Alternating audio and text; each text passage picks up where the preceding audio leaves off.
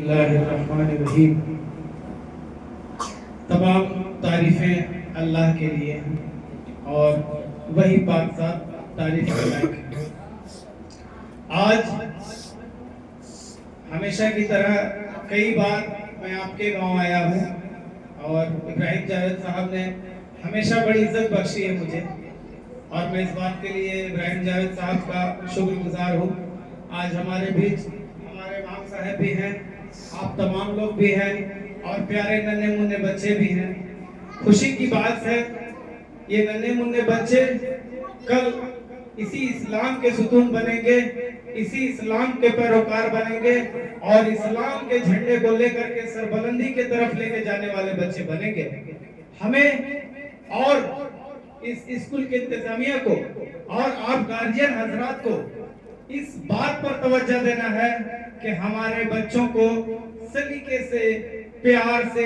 محبت سے اسکول بھیجنا ہے، اور جب گارجین حضرات اپنا فرض پورا کر کے، تمام ضروریات پورا کر کے، جب ننھے منھے چھوٹے چھوٹے بچوں کو پیار سے جب اسکول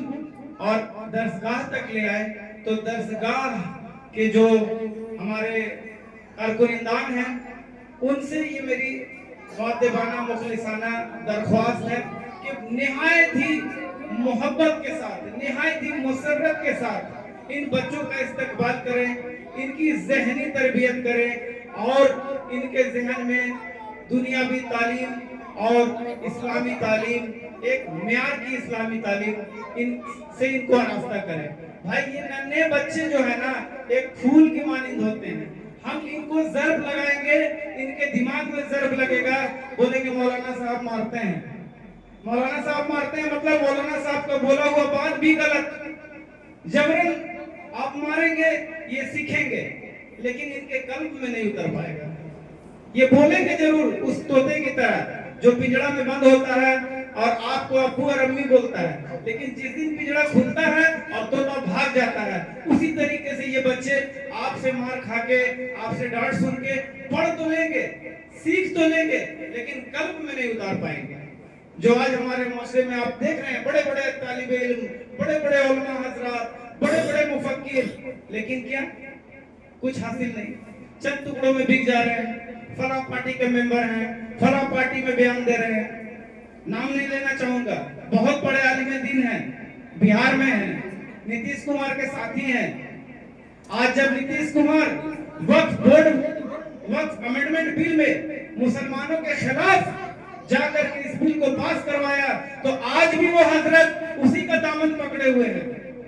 بڑے افسوس کی بات ہے، ہم کو لگتا ہے کہ ان کی بھی تربیت ڈانٹ سے، ڈرا کے اور مار کے کی گئی ہوگی، اس لیے اسلام آج تک ان کے قلب میں نہیں اترا۔ کہنے کو تو بہت بڑے عالم دین ہیں، بہت بڑے عالم دین، لیکن ان کے قلب میں صحیح اسلام نہیں ہے۔ اگر صحیح اسلام ان کے قلب میں ہوتا تو اسدالدین اویسی کی طرح وہ بھی لڑتے، اور جس طریقے سے کل اسدالدین اویسی آپ نے دیکھا سپریم کورٹ میں، جب تک کہ کوئی فیصلہ نہیں ہوا، کوئی کنکلوژن نہیں نکلا، تب تک وہاں پہ بیٹھے رہے، لڑے، رویا۔ اسی طریقے سے ہم کو ان چھوٹے چھوٹے بچوں کو بڑی محبت سے، بہت ہی پیار سے اور بہت ہی مسرت کے ساتھ ان کو دین کی تعلیم دینی ہے، دنیاوی تعلیم دینا ہے۔ کہا گیا ہے کہ اگر انسان غربت میں اگر ملوث ہو جائے تو وہ کفر تک چلا جاتا ہے۔ یہ بات ہمارے علماء حضرت کبھی نہیں بتاتے ہیں، نہ جلسہ میں نہ مسجدوں میں۔ میں معذرت چاہتا ہوں، کچھ ہمارے علماء یہاں بیٹھے ہوئے ہیں۔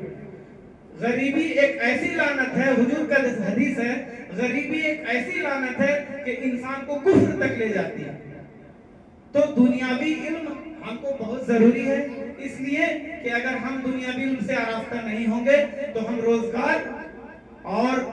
دنیاوی ضروریات کو ہم نہیں حاصل کر پائیں گے۔ اس کی وجہ سے ہم اسلام کے پیروکار بھی نہیں بن پائیں گے، ہم دین کی خدمت بھی نہیں کر پائیں گے۔